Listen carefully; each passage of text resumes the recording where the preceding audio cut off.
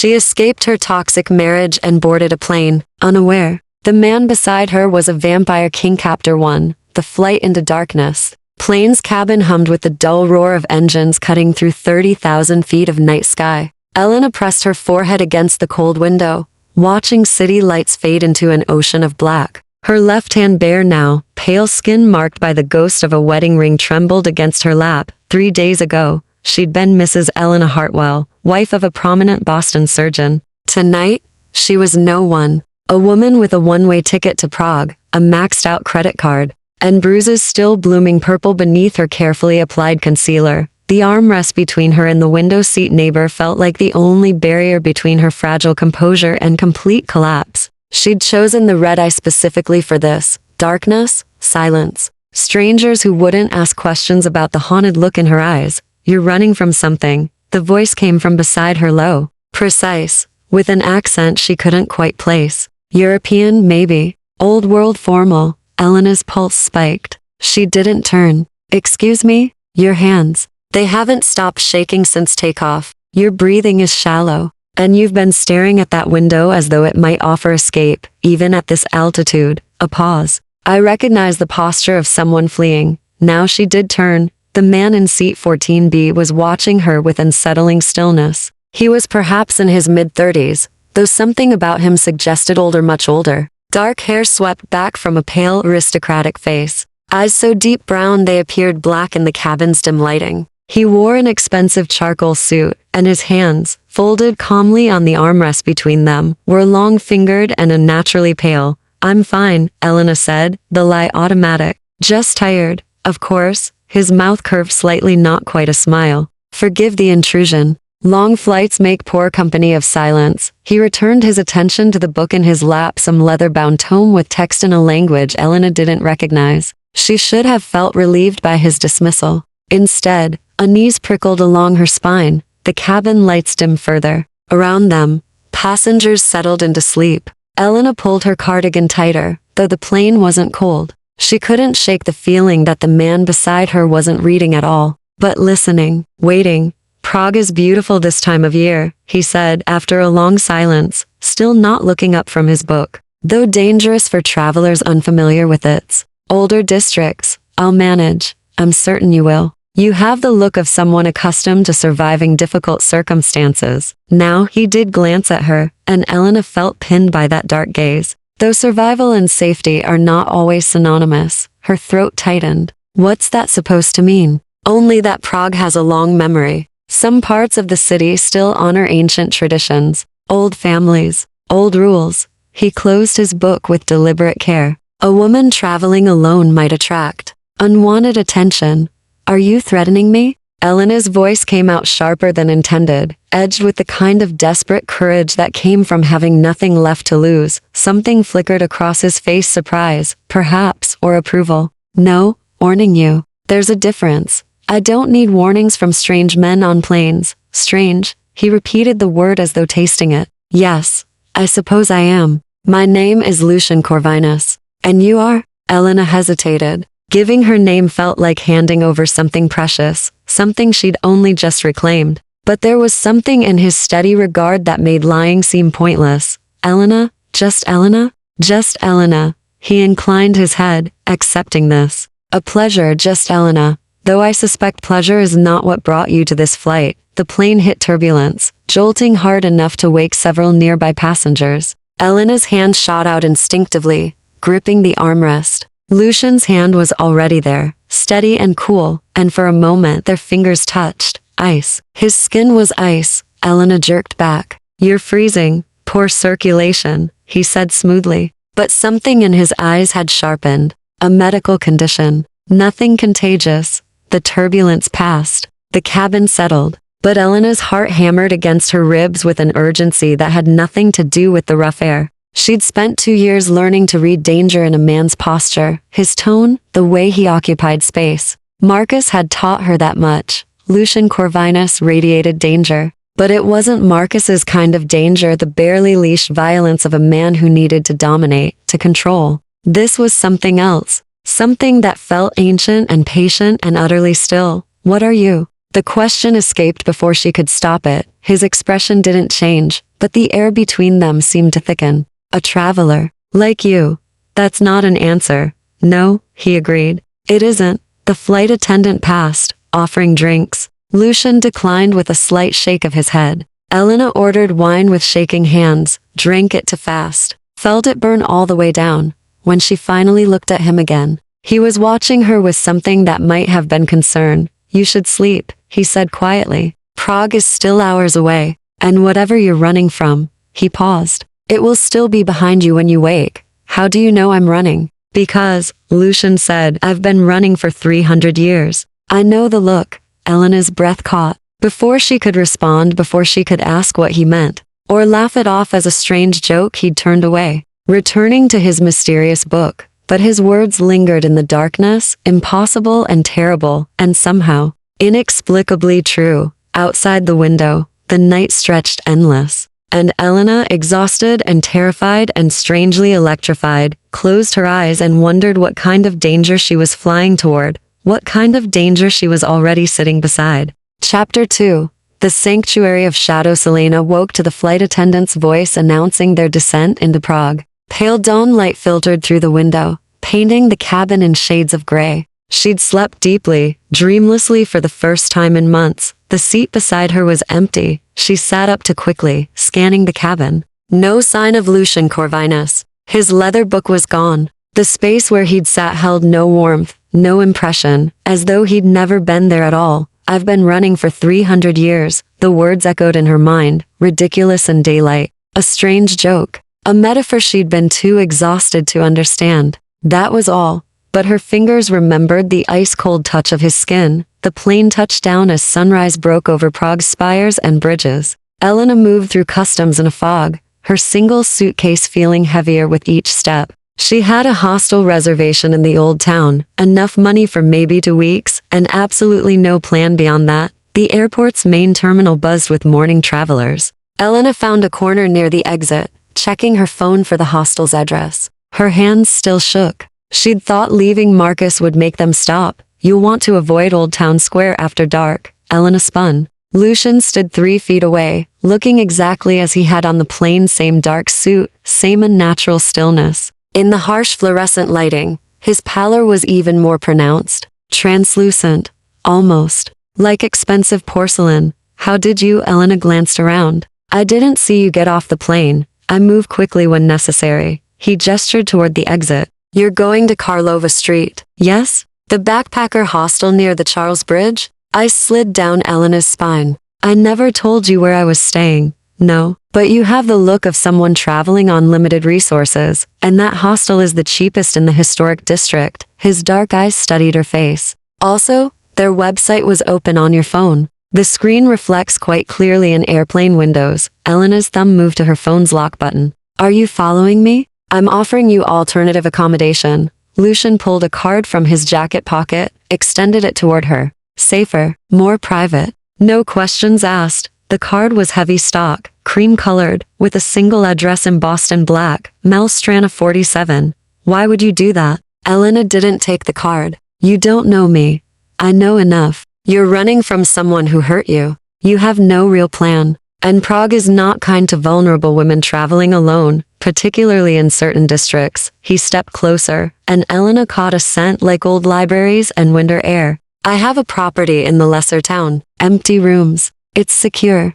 This is insane. You're a complete stranger. Yes. Something flickered in his expression, almost like pain. But I am not the danger you should fear here. And I'm supposed to just trust you? No. Lucian's voice dropped lower. You're supposed to trust your instincts. The same instincts that told you to leave your husband. The same instincts making your pulse race right now, not from fear, but from recognition. Elena's breath caught. Recognition of what? That I'm telling the truth. He placed the card on the bench beside her. The hostel on Karlova Street had 3 violent incidents last month. Robberies. 1 assault. The police don't patrol that area after midnight. Prague's old families prefer it that way. Old families, Elena repeated, remembering his words on the plane. You said that before. What does that mean? Lucian was quiet for a long moment. Around them, travelers rushed past, oblivious. The morning sun slanted through the terminal windows. And Elena noticed how carefully Lucian positioned himself in shadow. It means, he said finally,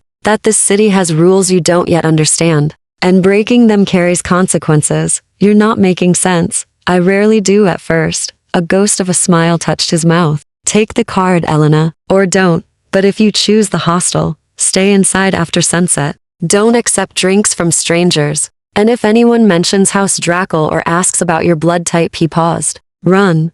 The terminal suddenly felt too cold. My blood type? What? But Lucian was already walking away, moving through the crowd with impossible grace. Elena grabbed the card, rushed after him. Wait. He stopped, turned. In the harsh morning light, he looked almost transparent.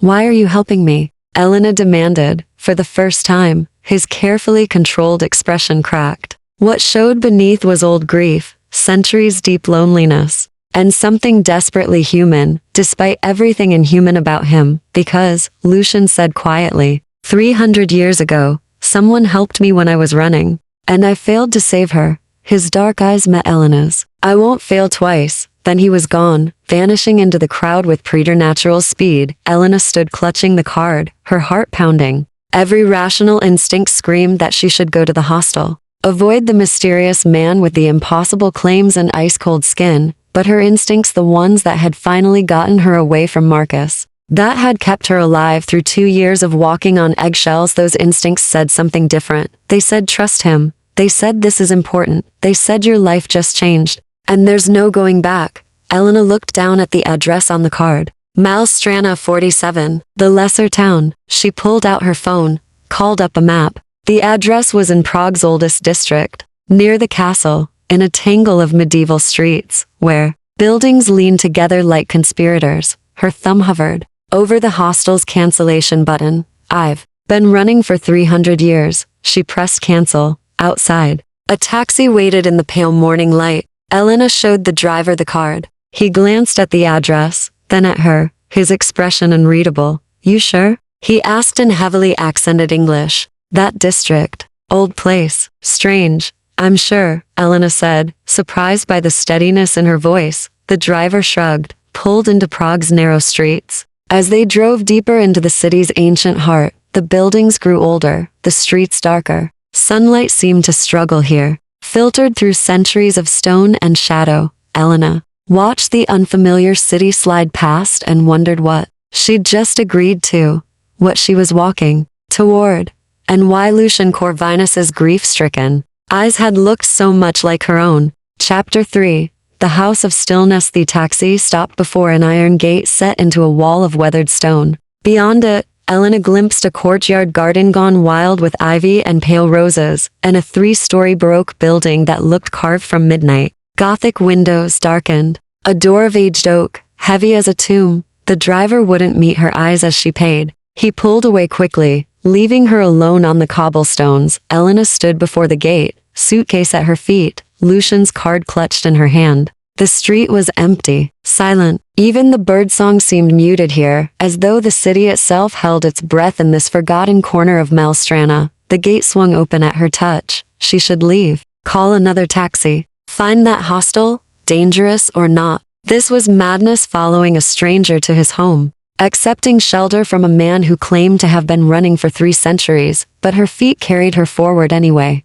Through the overgrown garden, where roses bloomed in impossible profusion despite the autumn chill. The air smelled of old earth and something else, something mineral and dark. The oak door opened before she could knock. Lucian stood in the threshold, changed now into simple black clothes that made him look less like a businessman and more like something from an old painting. A Renaissance prince. A funeral portrait. You came, he said, and something in his voice suggested he hadn't been certain she would. I'm insane, Elena replied. That's the only explanation. Perhaps. Or perhaps you recognize safety when you see it, even when it wears an unconventional face. He stepped aside. Come in. The sun is climbing. The interior was all dark wood and stone, lit by lamps that cast amber pools of warmth against the shadows. The furniture was antique, not fashionably vintage, but genuinely old. Velvet settees, hand-carved tables, books stacked everywhere, some so ancient their spines had crumbled. It felt like stepping into another century. How long have you lived here? Elena asked, setting down her suitcase. I purchased the building in 1823. Before that, I rented rooms near the castle. Lucian closed the door, and Elena heard the solid click of a lock. You'll have the second floor. Private bath, bedroom, sitting room. I keep the third floor. The ground level is common space. Where do you sleep? The question came out before she could stop it. Lucian paused, one hand still on the door. The third floor. I'm a light sleeper, and I prefer darkness. Because of your medical condition? Elena kept her voice carefully neutral. The one that makes your skin so cold? His mouth curved slightly. Yes, that one. What's it called? It has many names. Most of them are quite old. He moved past her, deeper into the house. Are you hungry? I don't keep much food, but there's a market nearby. I can stop. Elena's voice cracked like a whip. Stop deflecting. Stop being cryptic. If I'm staying here, I need you to tell me the truth. Lucian stopped walking. His back was to her, shoulders tense beneath the black shirt. The truth, he said quietly, is dangerous. So is ignorance. So is trusting a man I don't know. Elena's hands clenched at her sides. You said I should trust my instincts. Fine. My instincts say you're not human. My instincts say everything about you is wrong. Your skin, your stillness, the way you move, the way you avoided sunlight in the airport. She took a breath. My instincts say you're exactly what you claim to be on the plane. 300 years old. The silence stretched so long Elena thought he wouldn't answer. Then Lucian turned, and his eyes had changed. Still dark, still human-shaped, but with something ancient and inhuman swimming in their depths. Yes, he said simply. The word hung in the air between them. Yes, to which part? All of it. He took a step toward her. I am not human. I am 347 years old. I avoid sunlight because it weakens me, though it won't kill me as quickly as legends suggest. And you are standing in the home of something your species has feared since the first blood was spilled in darkness. Elena's pulse hammered in her throat. Say it. Why? You already know. Say it anyway. Lucian's expression was unreadable. I am vampire, Nosferatu, Strigoi. The name changes with geography, but the nature remains constant. I am a dead thing that drinks life to maintain the semblance of existence. He tilted his head, watching her with predatory focus. Is that clear enough, Elena? Or shall I demonstrate? She should run, scream, something. Instead, Elena heard herself ask, Are you going to hurt me? No, the answer came immediate, absolute. Never. Why should I believe you? Because I just told you what I am. If I meant you harm, I would have kept lying. Lucian's voice softened. Because I smelled the fear on you in the airplane, not fear of me, fear of him, the man whose ring marked your finger. Because you've been hurt enough, and I am many things, but I am not cruel to the wounded. Tears pricked Elena's eyes. She blinked them back furiously. The hostel, she managed. Those incidents you mentioned, were they vampires? Yes. House Dracul's younger members. They target tourists. Easy prey. His jaw tightened. I've reported it to the council, but enforcement is inconsistent. Council? The governing body. Ancient families who maintain order among our kind. Lucian gestured vaguely. It's complicated, political, boring mostly, until it becomes deadly. Elena's legs felt unsteady. She sank onto the velvet settee, mind reeling. This is insane. This isn't real. It's very real. And you've walked into the middle of something you don't understand. Lucian remained standing, keeping his distance. House Dracul has been pushing boundaries lately, hunting more openly, testing the old laws. And he paused. Let's say I'm not in their favor. Because you're different? Because I believe in the old codes, consent, discretion, protection of the vulnerable. His voice turned bitter. Quaint notions apparently. Elena looked up at him, this impossible creature, this walking impossibility, and saw the same exhaustion she'd seen in her own mirror for 2 years. You're lonely, she said. Something cracked in Lucian's careful composure. Yes, so am I. The admission hung between them, fragile and true. Outside, church bells told the hour. Inside the house of stillness, woman and vampire regarded each other across centuries of difference, and one shared recognition. They were both running from something. And they had both somehow stopped here, together, for now. Chapter 4. The rules of Bludelina spent the first day learning the geography of her new sanctuary. The second floor was hers, as promised, a bedroom with a canopied bed older than America, a bathroom with a clawfoot tub deep enough to drown in, and a sitting room lined with books in languages she couldn't read. Lucian kept to the third floor during daylight hours. She heard him sometimes moving overhead, with footsteps too light for a man his size. Other times, the house fell so silent, she wondered if he still breathed at all. She didn't see him. Until sunset of the second day, Elena was in the kitchen, a surprisingly modern space hidden behind a medieval door, attempting to make tea when she felt him enter. Not heard, felt. The air shifted, grew heavier, charged with presence. You haven't left the house. Lucian stood in the doorway, watching her with those two dark eyes. He wore charcoal gray tonight, his dark hair still damp from washing. I thought you'd want to explore the city. I've been reading.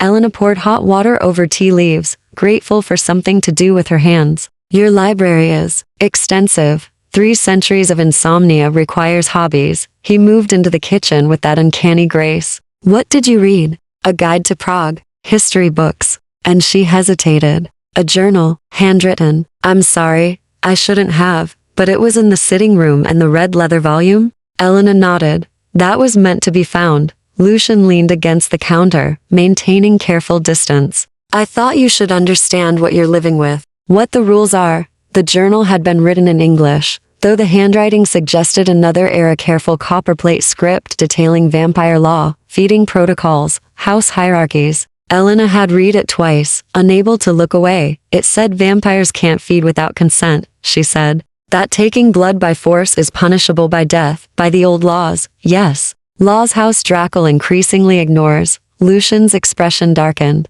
The council is weak, divided. Some of the ancient families believe the old ways are obsolete. And you? I believe rules exist for reasons. I believe consent matters in feeding, as in all things. His gaze was steady. I believe monsters are made by choices, not nature. Elena wrapped her hands around her teacup, absorbing its warmth. When did you last feed? The question seemed to surprise him. Why do you ask? You look tired. More translucent than when we met. She studied his face, noticing details she'd missed before, the slight hollowness beneath his eyes, the way he held himself too still, as though movement cost effort. The journal said vampires weaken without blood, that they become fragile.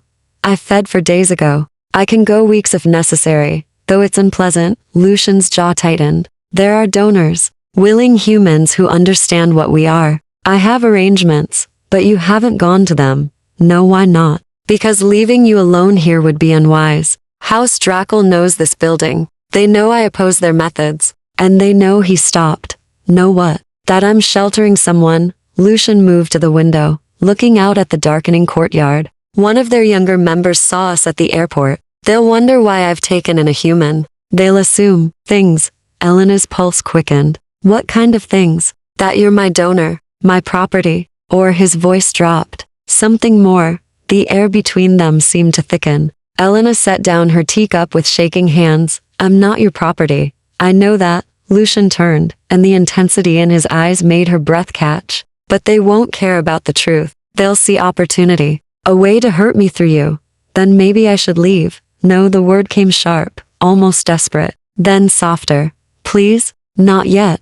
Why? Elena stood, needing movement, needing space from the weight of his gaze. Why does it matter to you? I'm just some random woman you met on a plane. You're not random. Lucian crossed the kitchen into strides, stopping just outside her personal space. You're hurt and brave and running from something terrible, and when I saw you on that plane, shaking and trying so hard to be invisible, his voice cracked. You reminded me of her. Of Anna?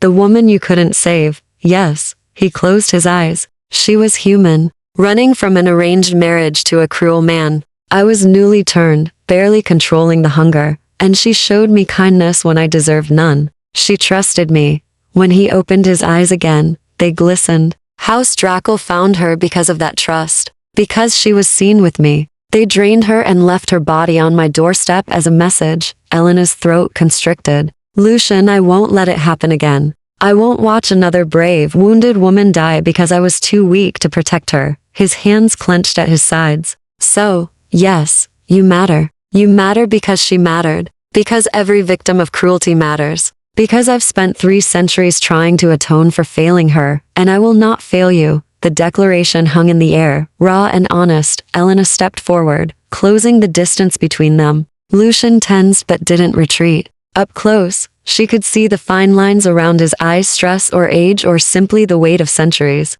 Could smell that scent of old libraries and winter air. Could feel the cold radiating from his skin. I'm not her, Elena said quietly. I know, I'm not your redemption. I know that too, but I am afraid. And I do need help. And she took a shaky breath. I don't want to be alone anymore. Something in Lucian's expression softened. Neither do I. They stood there, human and vampire, wounded and ancient, both running from pasts that refused to release them. Outside, Prague's night deepened. Inside the house of stillness, something fragile and dangerous began to take root. Teach me, Elena said. Teach me how to survive here. The rules, the houses, everything I need to know. Lucian nodded slowly. It won't be easy. Once you know these things, you can't unknow them. You'll see the city differently. See the world differently.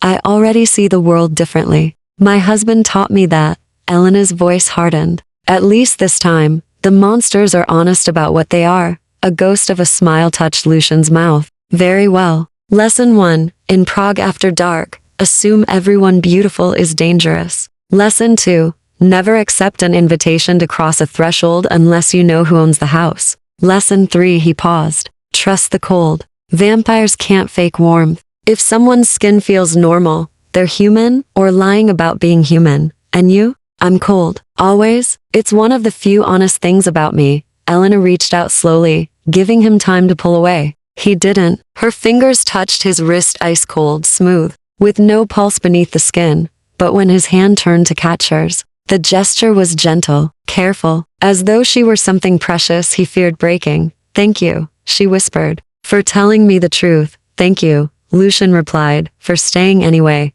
Outside, church bells tolled 9. In the streets of Prague, the night hunters emerged. But in the house of stillness, 2 lonely souls had found something rare, honest companionship in the dark. Chapter 5. The Shadow at the Gothic. Third night. Elena woke to the sound of breaking glass. She sat up in the canopied bed, heart hammering, Marcus's voice echoing in her memory. You're so jumpy, Elena, so dramatic. No one's coming for you. But this wasn't Boston. And the crash that echoed through the house was real. Elena grabbed her phone, crept to the bedroom door. The hallway beyond was dark, illuminated only by ambient city light filtering through the ancient windows. Below, she heard movement, voices, then Lucian's voice, cold as winter steel. You're not welcome here, Victor. And yet here I am, a different voice, younger, with a cruel edge of amusement. The door was unlocked. So careless, Lucian. Not like you at all. Elena eased the door open, slipped into the hallway. The staircase curved down to the ground floor, and she positioned herself where she could see without being seen. 3 figures stood in the entrance hall. Lucian, rigid with controlled fury, faced to others. The speaker, Victor, apparently was beautiful in the way of predators. Blonde, sharp-featured, with ice-blue eyes that gleamed with malice. Behind him stood a woman with red hair and a smile like a blade. Both were pale. Both had that same unnatural stillness. The council granted me property rights to this district, Lucian said, voice flat. That includes protection from uninvited entry. The council is toothless. Victor circled the room, trailing fingers over furniture, books, touching everything with deliberate disrespect. And House Drackle grows tired of your self-righteous posturing. We hunt, we feed, we take what we want. That's what we are. That's what you've chosen to become, always so noble, so human. Victor's gaze sharpened. Speaking of humans, we heard you've taken one in. A woman. The one from the airport. Lucian's hands clenched. My household is none of your concern. Everything in Prague is our concern. House Drackle owns this city. Victor inhaled deeply, theatrically. I can smell her. Fresh blood. Fear. Such sweet fear. His eyes tracked upward, and Elena felt his gaze like ice water down her spine. She's awake. Listening. Leave, Lucian said. Now. Or what? You'll fight us both? You're weak, old one. We can smell that too. When did you last feed? 5 days? 6? Victor grinned. You're starving yourself for her, aren't you? How romantic. How utterly foolish. The red-haired woman laughed, a sound like breaking crystal. Does she know what you want from her, Lucian? Does she know how you watch her sleep? Listening to her pulse? Does she know you're one moment of weakness away from enough? Lucian moved between them and the staircase, positioning himself as a barrier. You've delivered your message. Now go. We haven't delivered anything yet. Victor's smile widened. House Drackle demands tribute. One feeding from your human witnessed by us, to prove she's yours. Or she becomes communal property. Elena's stomach turned. From her vantage point, she saw Lucian's shoulders tense, saw the rage carefully controlled beneath his stillness. Under no circumstances, he said softly, will that happen? Then you refuse the house? I refuse barbarism. Same thing. Victor shrugged. You have 3 days. Present her to the court. Let the house feed. Or he paused. Well, we have ways of collecting debts. She's not debt. She's not property. She's a guest. She's food. The red-haired woman said flatly. That's all humans are. The sooner you remember that, the easier this becomes. Elena's phone nearly slipped from her shaking hands. She pressed back against the wall, forcing herself to breathe quietly, to not react, to not I smell your fear, little human. Victor called up the stairs. Like honeysuckle and lightning. Delicious. His voice turned playful, mocking. Does he tell you you're special? Does he pretend to care? We all play that game at first. Makes the feeding sweeter when they finally understand the truth. Get out, Lucian said, and for the first time, his voice held something beyond cold control. Something ancient and furious and very, very dangerous. Get out of my house before I forget the peace accords. Victor laughed. 3 days. Old one. Court convenes at midnight. Don't disappoint us. He and the woman moved toward the door with inhuman speed. At the threshold, Victor paused. One more thing. That husband she's running from? Marcus Hartwell. He smiled. We know where he is. Might be interesting to tell him where she is. Humans are so delightfully territorial about their property. Then they were gone, vanishing into Prague's darkness. The silence that followed felt suffocating. Elena descended the stairs slowly. Lucian stood rigid in the entrance hall, staring at the broken window where they'd entered. His hands trembled with rage or hunger or both. How much did you hear? He asked without turning. Enough. Elena's voice came out steadier than she felt. They want to feed on me. They want to humiliate me. You're simply the weapon they've chosen. Lucian finally turned, and his eyes held the kind of exhaustion that transcended physical need. I'm sorry. I should have anticipated this. Should have taken you somewhere safer. Is there anywhere safer? You said House Drackle controls Prague. They control most of it. But there are other cities. Other countries. He ran a hand through his hair, a gesture so human it made Elena's chest ache. I can get you papers, money, a flight to London or New York. Somewhere the houses are more civilized. Running again, Elena said quietly. Surviving? There's a difference? Lucian met her gaze. Sometimes. Not always. Elena moved closer, stepping over broken glass, until she stood directly in front of him. This close, she could see the strain in his face, the way his skin had grown almost translucent. The hunger he was denying. You need to feed, she said. I'll manage. Victor was right. You're weakening.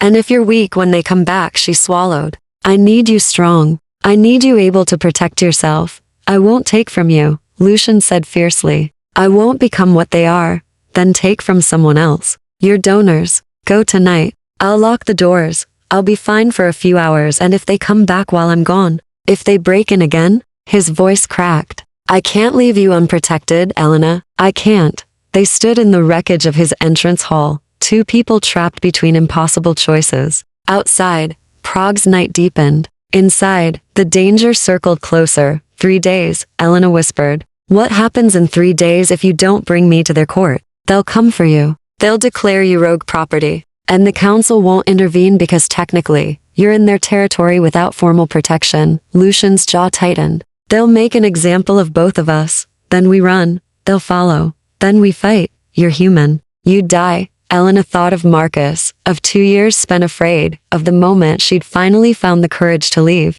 She thought of the bruises that had finally faded, the fear that hadn't. I'm tired of being prey, she said. I'm tired of powerful things deciding my fate. So tell me, is there a way to fight them? Legally? Using their own rules? Something flickered in Lucian's eyes. There's one way. The old law. If you're under formal protection, blood bonded to a house, they can't touch you without declaring war. Then do it. Bond me to your house. I don't have a house. I'm independent. That's why they target me. Then bond me to you, Elena said. Whatever that means. Whatever it takes. Lucian stared at her, something like hope and horror warring in his expression. You don't know what you're asking. Then explain it to me. Fast. Because we have 3 days, and I'm not going to spend them running. Outside, church bells tolled midnight. Inside the house of stillness, Elena made a choice. Not to flee, not to hide, but to stand and fight with the only ally she had, a 300-year-old vampire who'd shown her more genuine protection than any human ever had. Chapter 6. The blood oath. Lucian paced the study like a caged wolf. Elena sat in the leather armchair, watching him move, waiting for an answer. A blood bond isn't marriage, he said finally. It's not romantic. It's a legal contract enforced by vampire law. Once bonded, you're under my protection, my responsibility, he stopped. The term doesn't translate well. You'd be mine in the eyes of the houses. Like property, like family, like... Lucian struggled for words. The bond creates a connection. I'd know if you were hurt, afraid, in danger. I'd be compelled to protect you above all others. And you, he paused. You'd carry my mark. Other vampires would smell me on you. Know you're claimed. Elena's skin prickled. How does it work? An exchange of blood. Formal words. Witnesses technically, but given the circumstances, he shook his head. It's binding for life. Your life at least. For me, it's eternal unless you die or release me. And if I release you, then the protection ends. You'd be vulnerable again. Lucian stopped pacing, faced her directly. Elena, this isn't a decision to make lightly. The bond affects you, changes you. You'd heal faster, live longer, become resistant to disease. But you'd also need proximity to me. Distance would cause discomfort. Pain, if sustained too long. How much pain? Manageable if we're in the same city. Unbearable if we're separated by an ocean. His voice dropped. You'd be tied to me, quite literally, for the rest of your life. Elena absorbed this, turning it over. She'd spent 2 years tied to Marcus legally, financially, emotionally trapped. The thought of another binding made her stomach turn, but this was different. This was survival. This was choosing her prison instead of having it chosen for her. If I do this, she said slowly, can you still hurt me? Command me? No, the bond doesn't grant control. Only connection. Only protection. Lucian knelt before her chair, bringing himself to eye level. I would never command you, Elena. Never force you. The bond requires consent. Explicit, freely given. If there's any coercion, it fails. And the blood exchange. How much? A few drops. Enough to carry scent. To mark you. He hesitated. I would need to feed from you first. Just enough to establish the link. Then you'd drink from me. Elena's pulse hammered. Does it hurt? No, I can make it painless. Pleasant even, if done properly. His dark eyes held hers. But I won't lie, it's intimate. Vulnerable. You'd feel my hunger, my need. And I'd taste everything you are. Your fear, your strength, your memories. There are no secrets in a blood bond. The weight of that settled over her. No secrets. He'd know about Marcus, about the bruises, about the nights she'd locked herself in the bathroom and cried as quietly as possible. He'd know everything. But then, she'd know him too. Know if he was lying. Know if the protection he offered was real. How long does it take? She asked. The ritual? Minutes. The bond settling? Hours? Lucian studied her face. You're considering it. I'm considering surviving. That's different. Is it? Elena stood, moved to the window. Below, the courtyard garden lay in shadow, roses gleaming pale in the moonlight. Somewhere in Prague's darkness, Victor and his house were planning their next move. Somewhere in Boston, Marcus was probably drinking scotch and telling himself she'd come crawling back. Both wrong. Both underestimating her. If I'm bonded to you, she said, they can't force me to feed them. Not without declaring war on me personally. And while I'm one vampire against a house, I'm old enough and powerful enough to make that war costly. House Drackle prizes efficiency over honor. They won't risk it. And my husband? Victor said he knows where Marcus is. The bond would muddy your scent, make you harder to track, magically. And if your husband came here, Lucian's voice went cold. He'd have to go through me. Elena turned from the window. You'd protect me from him? I'd end him. No hesitation. No doubt. Just flat certainty. Human law means nothing to me. And a man who hurts women deserves no mercy. Something in Elena's chest cracked open. She'd spent so long believing she deserved what Marcus gave her, believing she'd driven him to it, believing no one would protect her even if she asked. But here was this ancient, impossible creature, offering exactly that: protection, partnership, safety. "What do you get from this?" she asked. "What's in it for you?" Lucian smiled sadly. "Atonement, purpose, a reason to fight instead of just existing." He stood, moved toward her. "And the knowledge that House Drackle doesn't get to claim another innocent. That's worth more than you know." Elena searched his face, the exhaustion, the hunger, the desperate sincerity. She thought about trust, about risk, about the fact that she'd already gambled everything by getting on that plane to Prague. "Okay," she said. "Let's do it. Elena, I mean it. Bond me, claim me, whatever it takes." She met his eyes. "But I need you to promise me something first. Anything. If this bond changes me into something I can't recognize, if I lose myself," her voice shook. "You let me go. You release me, even if it puts me in danger. You're asking me to potentially sentence you to death. I'm asking you to respect my autonomy, even in protection." Elena stepped closer. "I won't trade Marcus's cage for yours. I won't survive one prison just to end up in another." Lucian was quiet for a long moment. Then he nodded. "I promise. The moment you ask for release, you'll have it, no matter the cost. Then I consent, freely, explicitly."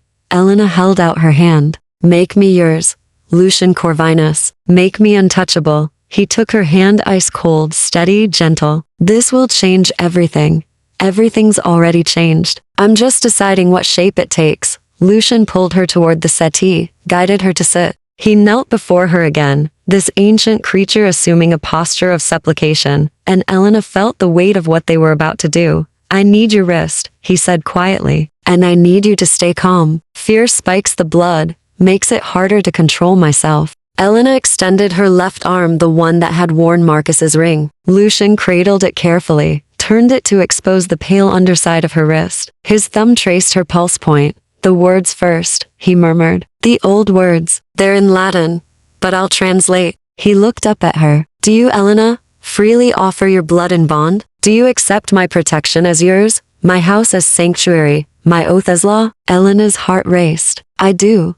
Do you understand? This bond is eternal until death or release. That it cannot be undone by time or distance, only by will." "I understand." "Then say, I offer my blood freely. I accept your protection. I bind myself to you until death or release." Elena took a shaky breath. "I offer my blood freely. I accept your protection. I bind myself to you until death or release." The air in the room seemed to thicken, charged with unseen energy. Lucian's eyes darkened to pure black. "Then by the old laws, I claim you. By blood, by oath, by eternity." He bent his head to her wrist. Elena felt his lips first cold, soft, then the briefest pressure, then something impossibly gentle, a sensation, like falling and flying at once, as Lucian Corvinus, ancient vampire, bound her to himself with blood and darkness and sacred words as old as stone. Chapter 7. The breaking of whilst world tilted. Elena felt Lucian's mouth against her wrist, not pain, but something deeper.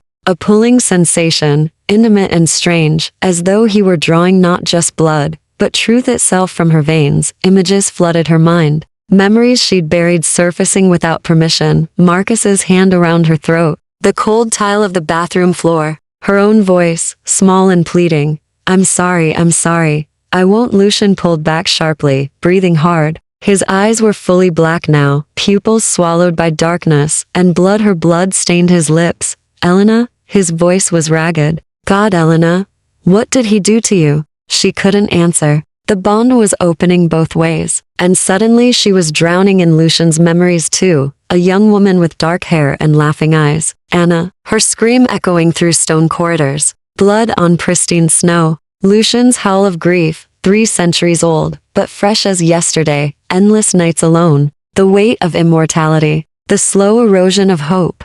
And beneath it all hunger. Terrible aching hunger that never truly ended. "Stop," Elena gasped. "It's too much." Lucian pressed his wrist to his mouth, bit down hard. Blood welled, dark and viscous, and he held it to her lips. "Drink," he commanded. "It'll complete the bond. Stabilize the connection." Elena hesitated. His blood smelled like copper and winter, nothing like the clean antiseptic scent she associated with injury. But the bond pulled at her, demanding completion, and she pressed her mouth to his wrist and drank, The taste was indescribable. Cold fire, liquid starlight, ancient earth and thunderstorms, and something fundamentally other. It burned down her throat, spread through her chest, raced along her veins like electricity. The world sharpened. Elena could hear the house breathing around them, old wood settling, pipes humming, the garden outside rustling with nocturnal life, could smell the roses through closed windows, could feel Lucian's heartbeat slow, barely there, but present, sinking with her own.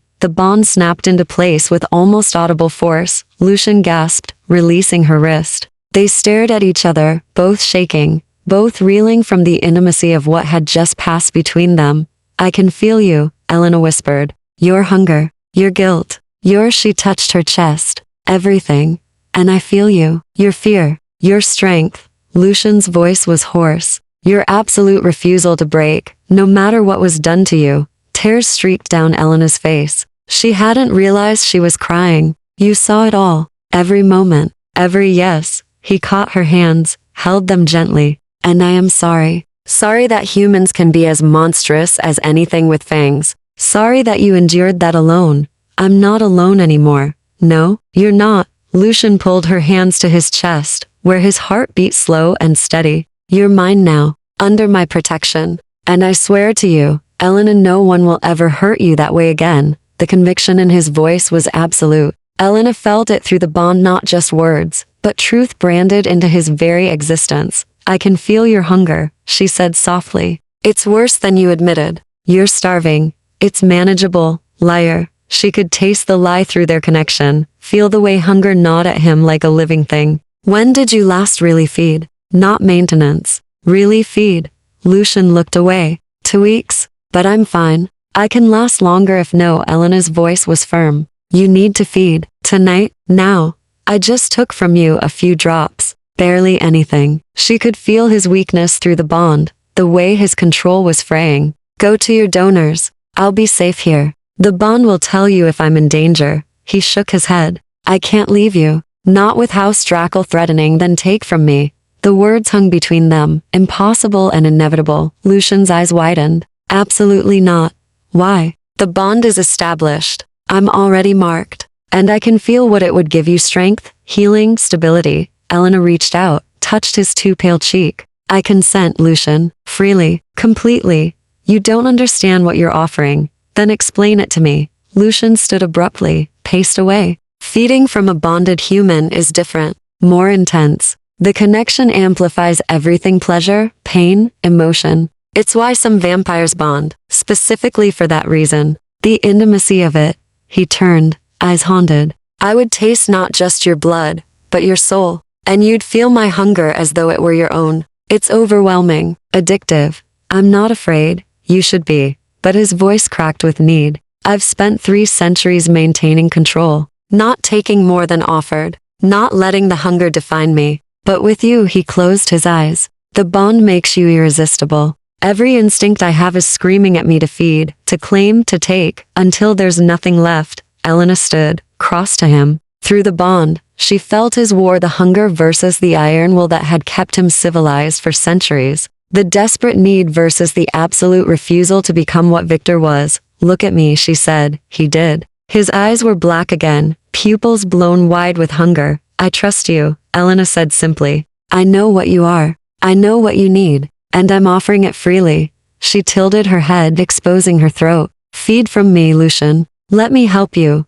Elena, please. Her voice broke. Let me do this. Let me be strong enough to help someone else for once. That broke him. Elena felt it through the bond the moment his control shattered. Not into violence, but into desperate gratitude. Lucian moved with inhuman speed, caught her waist, pulled her close. His breath ghosted over her throat, cold and hungry. Tell me to stop if it's too much, he whispered against her skin. Promise me. I promise. And forgive me for what I'm about to show you. Then his fangs, longer now, sharper, pierced her throat. Elena expected pain. Instead, she felt everything. Pleasure crashed through her in waves, sharp and electric. She felt Lucian's hunger finally, blessedly sated. Felt his strength returning. Felt 3 centuries of loneliness crack under the weight of connection, of being truly known by another soul. And beneath it all, she felt his absolute devotion. His fierce, protective love, not romantic, not yet, but something deeper.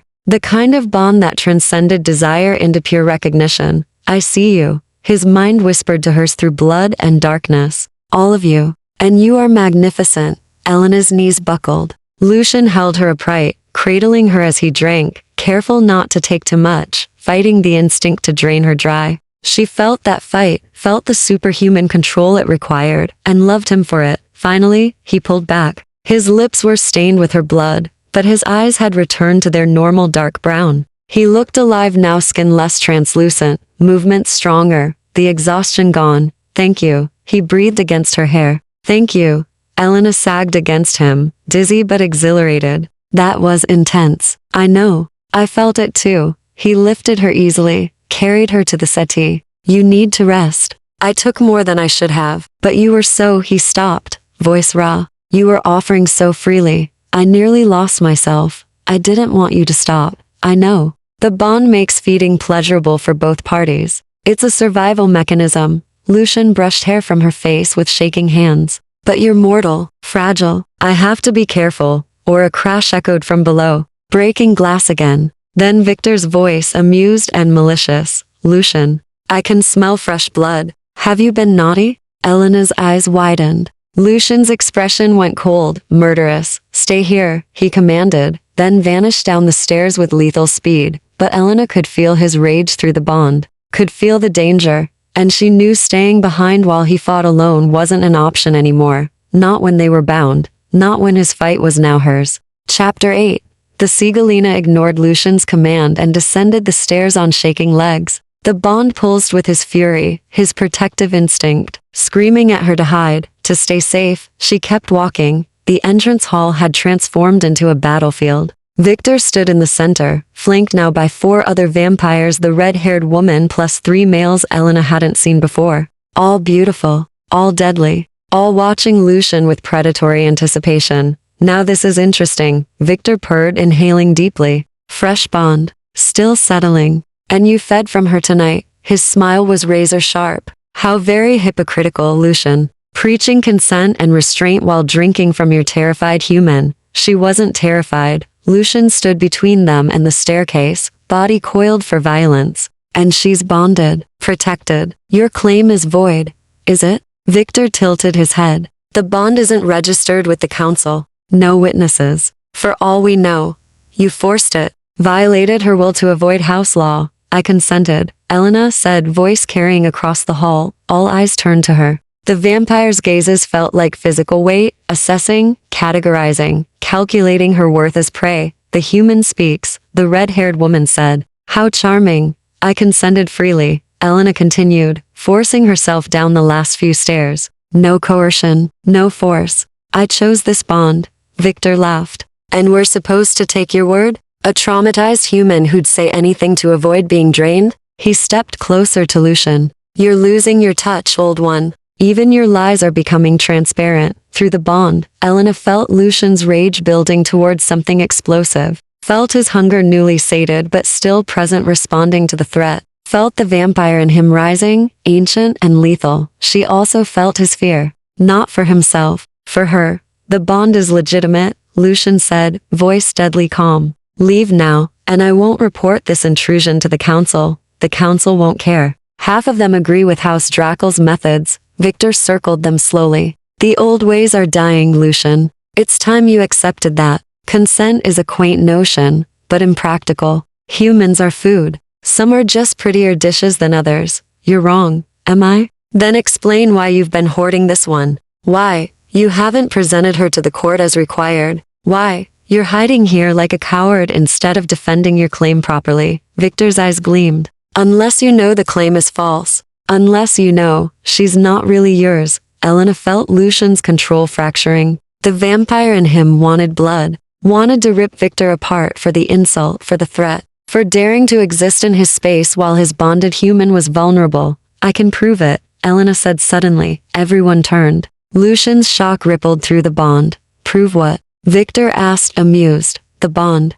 That it's real. That it's consensual. Elena met his ice blue eyes. Bonded humans carry their vampire scent, right? Blood signature? and they can't be compelled by other vampires once bonded. So test me. Try to compel me. If the bond is fake, it'll work. If it's real, she lifted her chin. You'll have your proof. Victor's smile widened. How delightfully brave. And stupid. You realize if the bond is false, I can command you to walk out of here? To come with us willingly? I realize, Elena, no, Lucian started. Trust me, she said, and through the bond pushed every ounce of certainty she possessed. Please, trust me.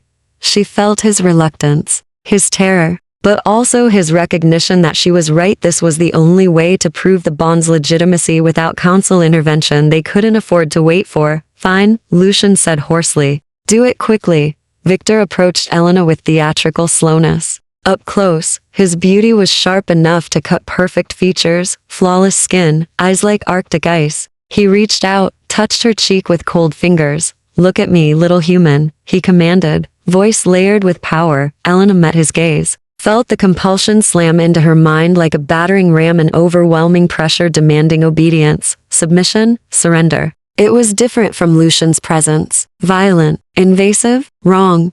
But the bond held. She felt Lucian's protection wrapped around her thoughts like armor, felt the blood oath repelling Victor's influence. Walk to me, Victor commanded, voice harder now. Come here, now. Elena didn't move, couldn't move. The bond wouldn't let her. Victor's smile faltered. He gripped her chin, forced her head up. Kneel. Nothing. Elena stared at him, heart racing, but body completely her own. Impossible, the red-haired woman breathed. The bond is too new. It shouldn't hold against a direct command from a house member. Unless it's genuine, one of the males said. Unless she really did consent freely. Victor released Elena roughly, stepped back. His eyes had darkened with fury. You bonded her properly, completely. She reeks of you. I told you, Lucian said coldly. She's mine, protected, untouchable, for now. Victor's voice dripped venom. But bonds can be broken. Humans are fragile. Accidents happen. Threaten her again, Lucian said softly, and counsel or no counsel, I will end you. The temperature in the room seemed to drop. The other vampires shifted uneasily. Even Victor looked uncertain for a moment, confronted with something ancient and dangerous in Lucian's eyes. Then he smiled. This isn't over. House Drackle doesn't forget insults. Then remember this one well. Victor gestured to his companions.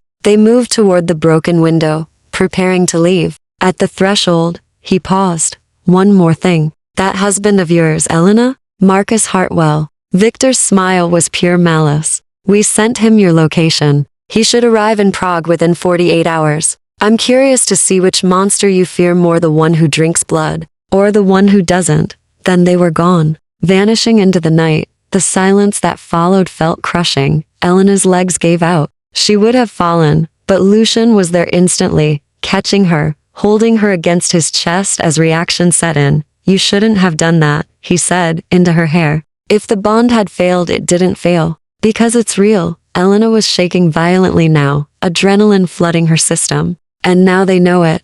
Now they know other ways to hurt you. Lucian carried her to the settee, wrapped her in a blanket, despite the room's warmth. Marcus is coming. We need to leave Prague. Tonight? Before no, Elena's voice was firm despite her shaking. No more running. Not from Victor. Not from Marcus. Not from anyone. Elena, you felt what I felt during the compulsion. How strong the bond is. She gripped his hand. We're stronger together. You said it yourself, you're old enough to make war costly for House Drackle. And Marcus is just a human. Just a man who hurt you for years. A man who had power over me because I was alone and afraid and had nowhere to go. Elena met Lucian's eyes. I'm not alone anymore. And I'm done being afraid. Through the bond, Lucian felt her conviction, her fury, her absolute refusal to keep running. You're insane, he said softly. I'm free. There's a difference. He laughed, raw and broken. What do you propose? We fight House Drackle and your ex-husband simultaneously?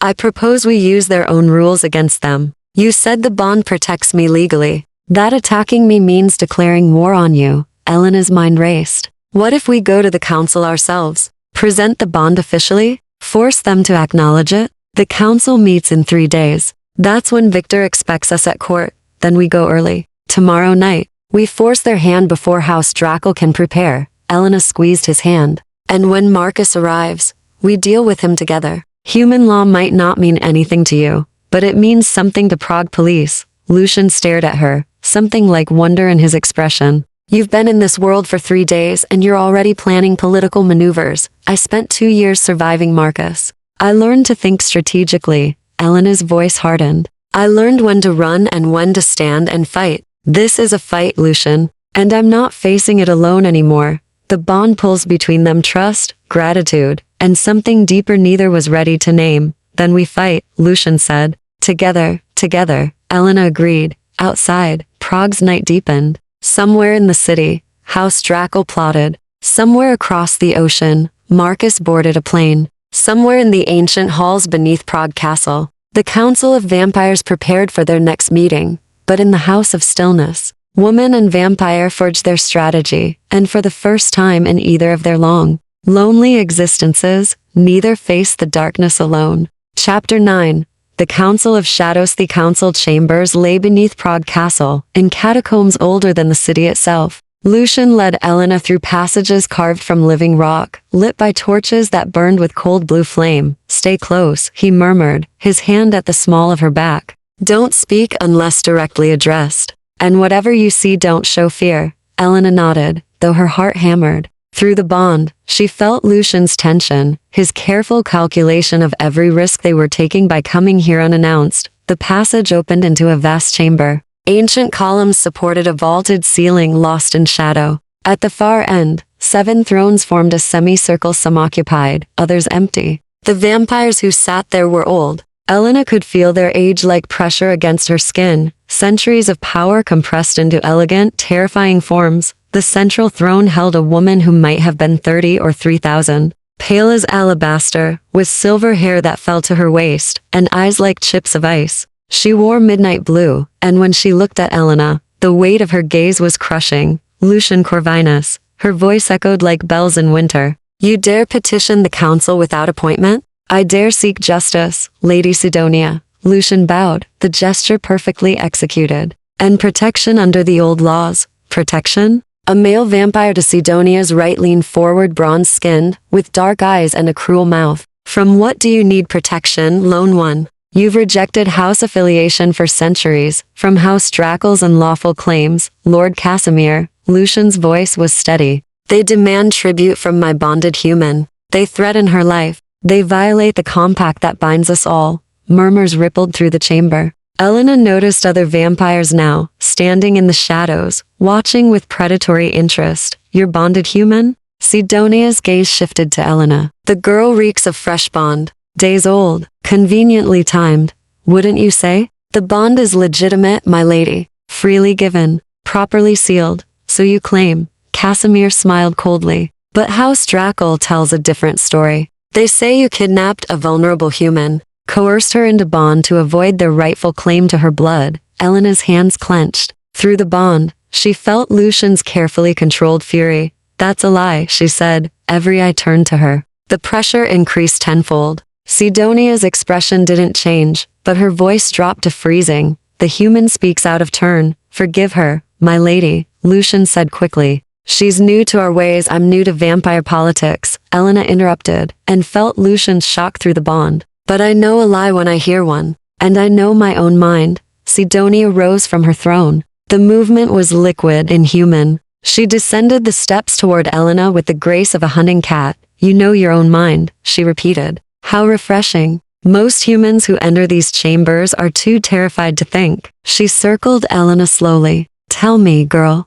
did Lucian Corvinus force you into bond? No, did he coerce you? Threaten you? Promise you safety in exchange for your blood? Elena met those ice-chip eyes. He offered me shelter when I needed it. He told me the truth about what he was. He explained the bond's consequences clearly. And I chose it freely. Why? Because I was tired of being prey. Because House Draco was hunting me. Because Elena's voice caught. Because he's the first person in years who's treated me like I matter. Sidonia studied her for a long moment. Then, to Elena's shock, she smiled cold, but genuine. The bond holds, she said. I can see it, smell it, feel it in the way she stands between fear and fury. She returned to her throne. The girl consented. The bond is legitimate. Casimir scowled. House Drackle will protest. Victor has already filed formal complaint. House Drackle oversteps. Sidonia cut him off. They grow bold with their hunting. Reckless. They threaten the compact we've maintained for centuries. Her gaze swept the chamber.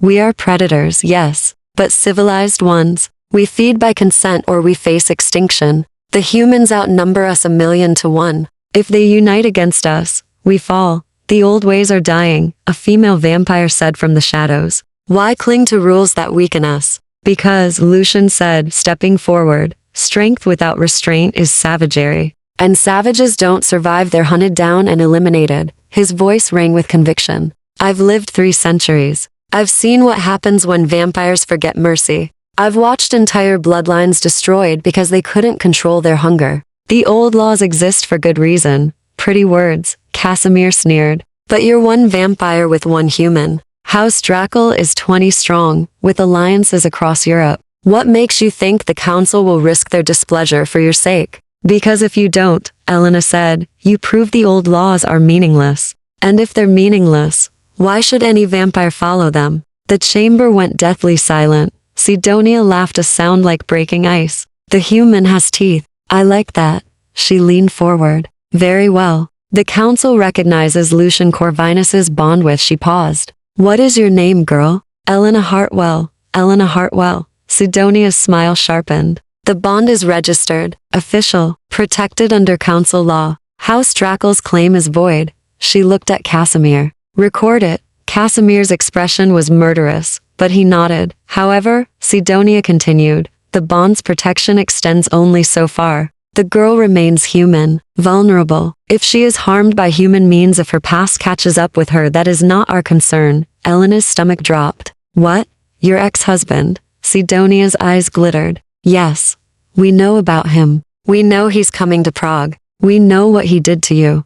Her voice turned cold. Vampire law protects you from our kind. Human law must protect you from yours. The council does not interfere in mortal affairs. That's wise. Sidonia interrupted. We are not human police. We are not saviors. We maintain our own order. Yours is your responsibility. Lucian's hand found Elena's, squeezed. Through the bond, she felt his frustration. His anger at the council's calculated neutrality. We understand, my lady, he said. Good. Sidonia waved her hand dismissively. You have what you came for. The bond is recognized. House Drackle is forbidden from touching the girl. Now leave before I remember how irritating I find your self-righteousness, Corvinus. Lucian bowed. Elena forced herself to do the same. They turned to leave, but Sidonia's voice stopped them. One more thing. The human should know bonding has consequences beyond legal protection. The more you feed from her, Corvinus, the more she'll change. Longer life,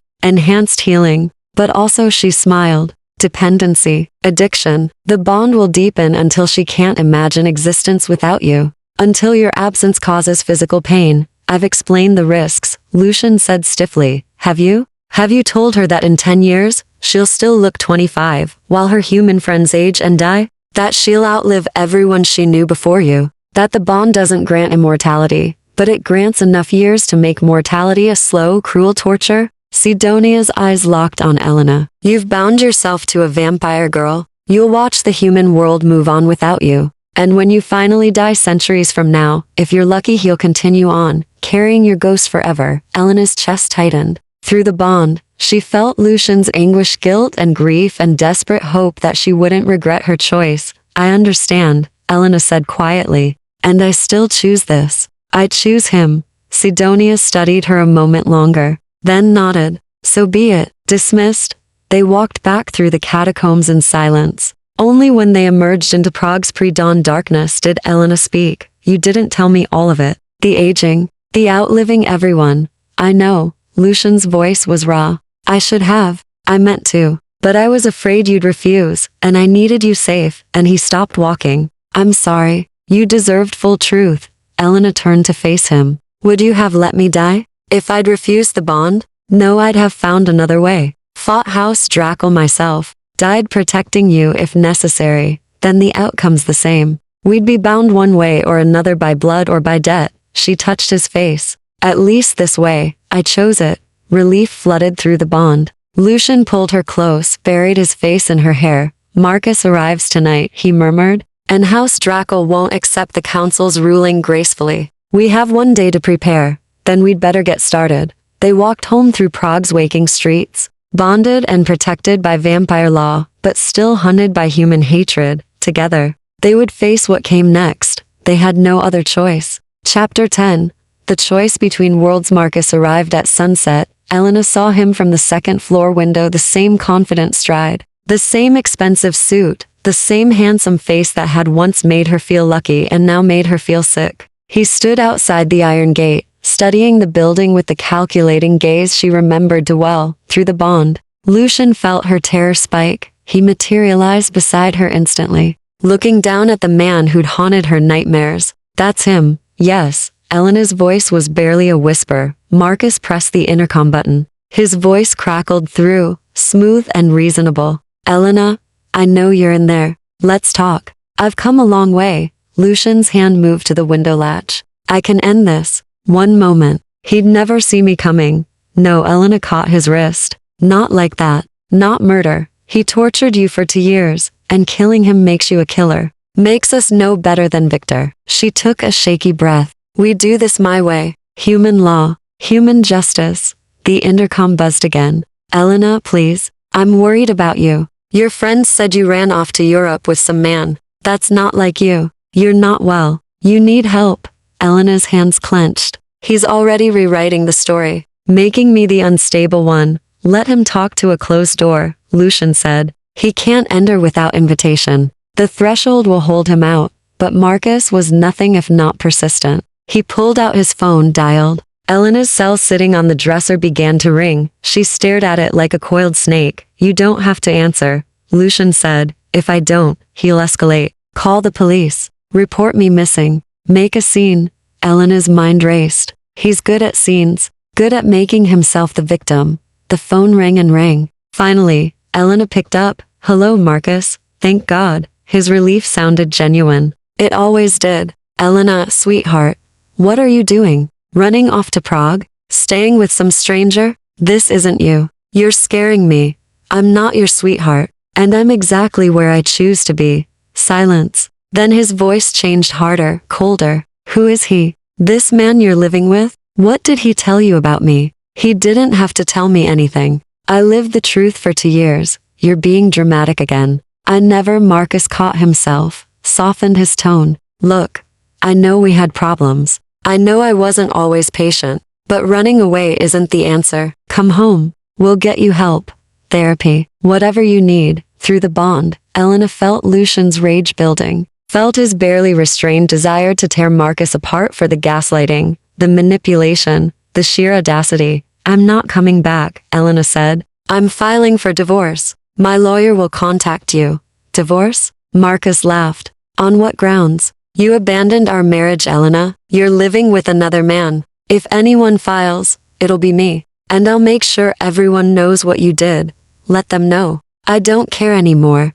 You should care. Your reputation, your career, your family. His voice turned venomous. I can destroy you. One word to the right people and you'll never work again. Never be believed again. Is that what you want? Elena's throat tightened. 2 years of conditioning screamed at her to apologize, to back down, to make peace. But the bond pulsed with Lucian's fierce conviction, his absolute certainty that she deserved better. Do your worst, she said. I'd rather have no reputation than spend another day afraid of you. She hung up. For a moment, nothing happened. Then Marcus's fist slammed against the gate once, twice. His composed mask cracked, revealing the fury beneath. You stupid bitch, he shouted. You think you can just leave? You think some European gigolo is going to protect you? I own you, Elena. I made you. Without me, you're nothing. Lucian moved toward the window, murder in his eyes. Elena caught his arm. Wait, she whispered. Below, Marcus was still shouting, loud enough to wake the neighborhood. Lights flickered on in nearby buildings. A door opened across the street, an elderly woman peering out, phone in hand. He's making a scene, Elena said. In public, with witnesses. Lucian understood immediately. The police will come and find an angry American man threatening a woman who has a restraining order filed against him. Elena's voice steadied. Human law might not mean anything to vampires, but it means something to Prague police, especially when there are witnesses. Sure enough, sirens wailed in the distance. Marcus heard them too. His expression shifted, calculation replacing rage. He straightened his suit, smoothed his hair, became the reasonable man again. Too late. The police arrived, 2 officers who took one look at the shouting man and the frightened neighbors and approached with hands on their weapons. Marcus smiled, charming and apologetic. Officers, thank God. My wife is inside this building. She's not well. I'm worried about her mental state. Your wife? One officer asked in accented English. Yes, Elena Hartwell. We're American. She ran away from home, and I'm concerned. The officer cut him off with a raised hand, spoke rapid check into his radio. Then to Marcus. You wait here. The intercom buzzed. This is Prague police. Is there an Elena Hartwell inside? Elena pressed the button. Yes. I'm here. And I'm fine. This man says he's your husband. Says you're in danger. He's my estranged husband. I left him because he was abusive. I don't want to see him. I don't want him near this building.